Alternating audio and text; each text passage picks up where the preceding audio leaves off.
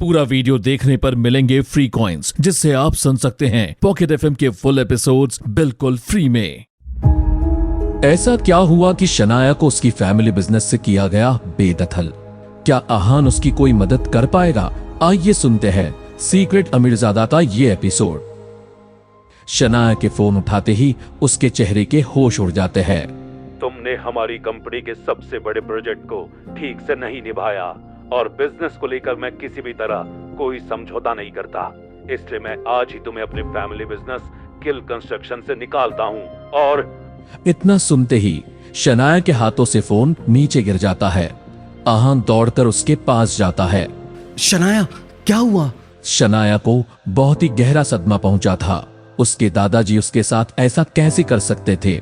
उसको बुरा तो लग ही रहा था, पर गुस्सा भी आ रहा था। शनाया जब आहान का जवाब नहीं देती है तो वो जल्दी से लैपटॉप उठाता है और वो ईमेल पढ़ता है। तभी शनाया गुस्से से बोलती है, वो मेरे साथ ऐसा कैसे कर सकते हैं? मैंने इसके लिए कितनी मेहनत की थी और सिर्फ एक अप्रूवल ना मिलने की वजह से दादाजी ने ना ही मुझे मेरे ड्रीम प्रोजेक्ट से बल्कि मुझे कंपनी से भी निकाल दिया। इस पर चिंता भरी आवाज में आहान बोला, पर सिर्फ एक प्रोजेक्ट की वजह से वो तुम्हें कंपनी से बाहर कैसे निकाल सकते हैं? अप्रूवल नहीं मिलने में तुम्हारी कोई गलती नहीं है। चलो एक बार दादाजी से बात करके देखते हैं। शनाया को इस समय बहुत बुरा लग रहा था। वो सर नीचे झुकाकर बोलती है, मैं ये हैंडल कर लूंगी, मुझे तुम्हारी। तभी आहान बोलता है, प्लीज शनाया, मैं भी चलता हूँ। मैं भी दादाजी से इस बारे में बात करूंगा और उन्हें समझाऊंगा। शनाया आहान की बातों को अनसुना कर वहां से जाने लगती है। वो इस समय कुछ ठीक से सोचने की हालत में नहीं थी। आहान ये देख थोड़ा दुखी होता है, लेकिन एक बार और शनाया को आवाज देता है, शनाया, मैं आपकी और दुनिया की नजरों में सिर्फ एक निकम्मा घर जमाई हूं। मैं कभी आपको वो खुशी नहीं दे पाया जिसकी आपको मुझसे, अपने पति से उम्मीद थी।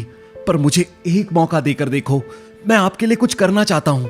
शनाया उसकी तरफ गुस्से से पलट कर देखती है। अगर मेरे लिए कुछ करना चाहते हो तो मेरी जिंदगी से निकल जाओ। प्लीज शनाया, बस एक मौका। आहान की नजरों में एक अजीब तड़प थी, जिसके सामने शनाया ने हार मान ली। फाइन, चलो।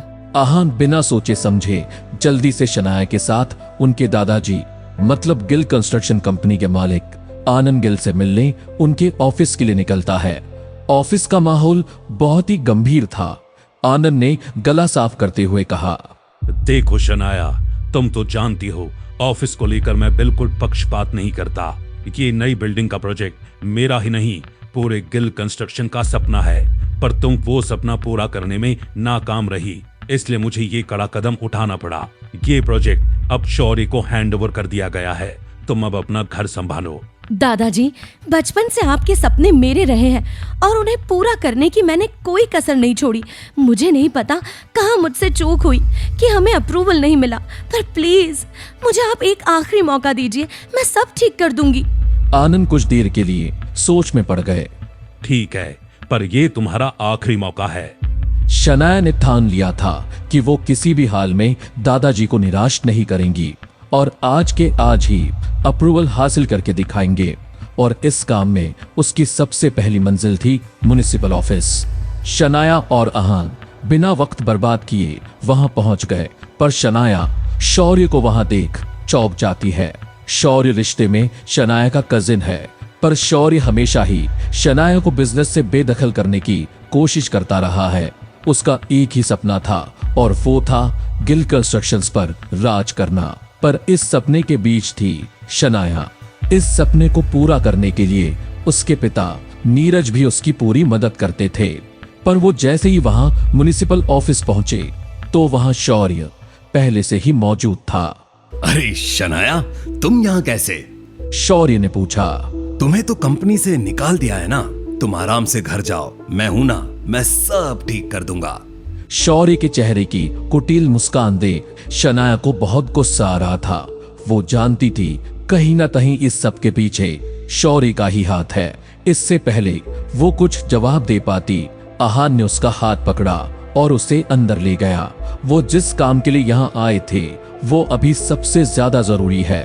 जैसे ही दोनों अंदर पहुंचे तो देखा वहां मीटिंग चल रही थी। मिस्टर सक्सेना, मुझे आपसे बात करनी है। शनाया ने गुस्से में बोला और उनके सामने जाकर खड़ी हो गई।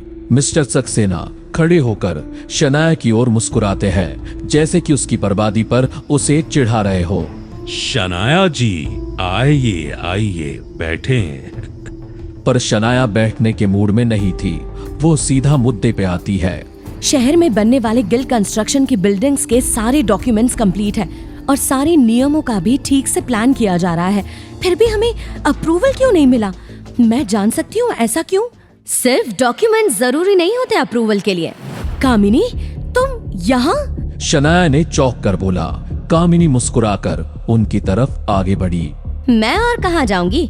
मैं यही काम करती हूँ और तुम जिस सक्सेना से बात कर रही हो वो मेरे पति हैं।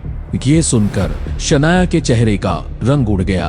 क्या है ना शनाया, मेरे पति आज इतने पावरफुल हैं कि तुम जैसे अमीर लोगों को भी उनका अप्रूवल लेकर काम करना पड़ता है। और जैसे ही मुझे पता चला कि तुम्हें अप्रूवल चाहिए तो मैंने उन्हें ऐसा करने से रोक दिया। बहुत पैसा है ना तुम्हारे पास, तो करवा लो जहाँ से करवाना है। कामिनी की बात सुन शनाया की सारी उम्मीदें खत्म हो गई। कामिनी, मैं जानती हूँ मैं बहुत गलत थी, सब मेरी गलती थी, पर प्लीज अब हम मैच्योर हो गए हैं। आई एम सॉरी, प्लीज उसे भूल। शनाया अपनी बात खत्म भी नहीं कर पाई और कामिनी गुस्से में बोली, भूल जाऊं? मैं कैसे भूल जाऊं कि मेरी बेस्ट फ्रेंड को जब मैंने अपनी शादी तय होने की गुड न्यूज दी तो उसने कैसे सबके सामने मेरे उस टाइम बेरोजगार पति और मेरा सबके सामने कॉलेज में मजाक बनाया था। मैं रोती हुई वहाँ से घर आई थी।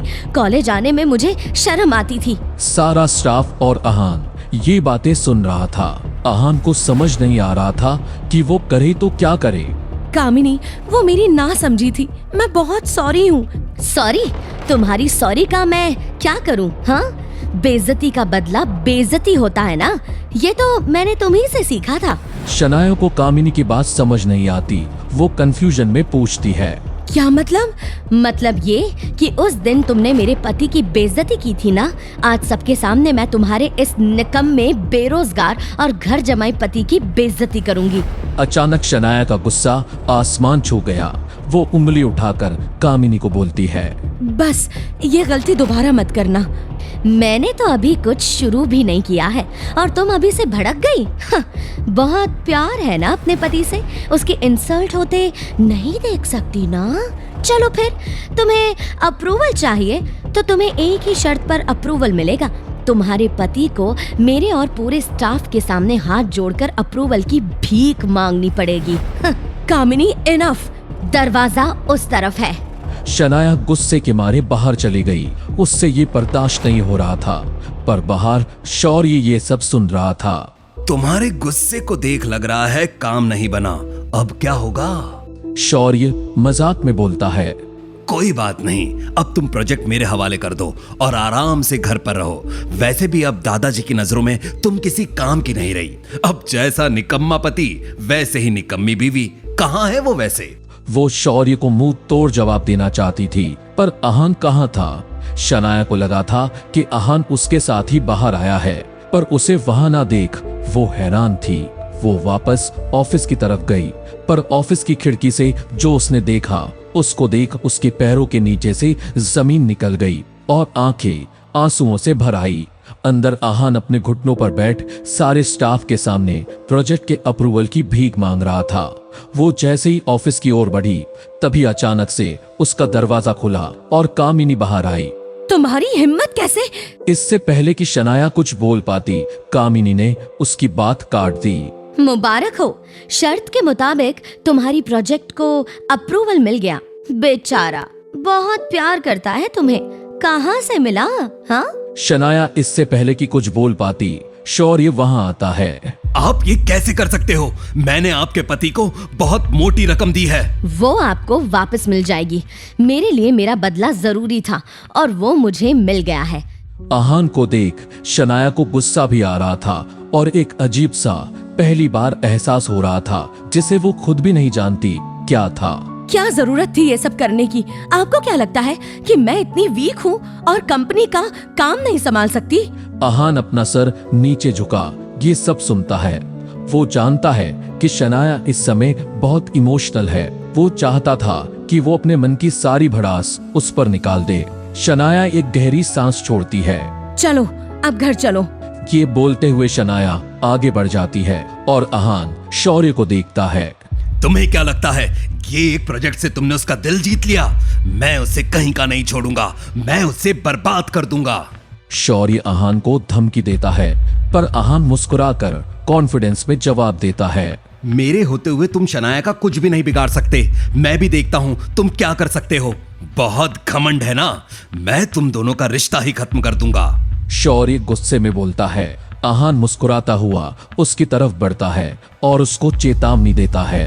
कोशिश करके देख ले, कहीं तू ही ना जल जाए। बस इतना ही कहकर अहान वहां से निकल जाता है और शनाया के साथ घर आ जाता है। पर शनाया इस जीत के बाद भी काफी दुखी महसूस कर रही थी। आज जो भी हुआ वो नहीं चाहती थी कि हो।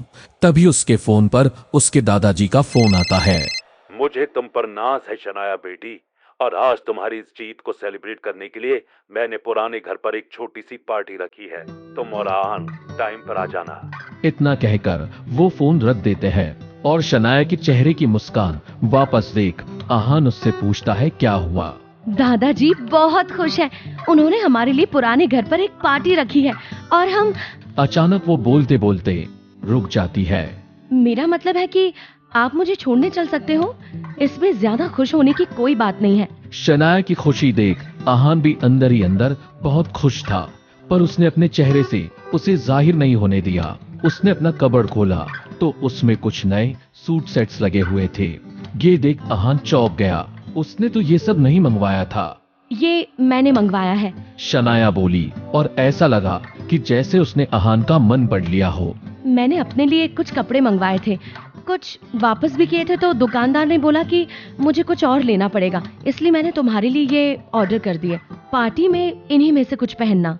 अहान के चेहरे पर छोटी सी मुस्कान आती है। वो शनाया को थैंक यू बोलना चाहता था, पर शनाया दूसरे कमरे में चली गई और तभी उसके फोन पर उसकी कजिन शगुन का फोन आया। शनाया, ये दुकानदार बोल रहा था कि तुमने आहान के लिए कुछ महंगे सूट्स ऑर्डर किए हैं, ये सच है क्या? शगुन का सवाल सुन शनाया चिढ़ जाती है। तो इसमें गलत क्या है? फोन रखो, मैं बाद में बात करती हूँ। ये कहकर शनाया फोन रख देती है। शाम हो गई थी और पार्टी का टाइम हो चुका था। सभी बड़े लोग वहां मौजूद थे, पर अहान और शनाया को साथ देख शौर्य और शगुन को बिल्कुल अच्छा नहीं लगा।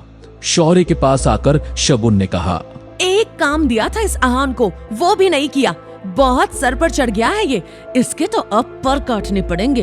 अपने ड्रिंक का एक सिप लेते हुए शौर्य बोलता है, तुम टेंशन मत लो, कुछ सोचा है मैंने ऐसा जिससे ये जोड़ी पर जितना लोग प्यार बरसा रहे हैं ना, उतना ही इन पर थूकेंगे।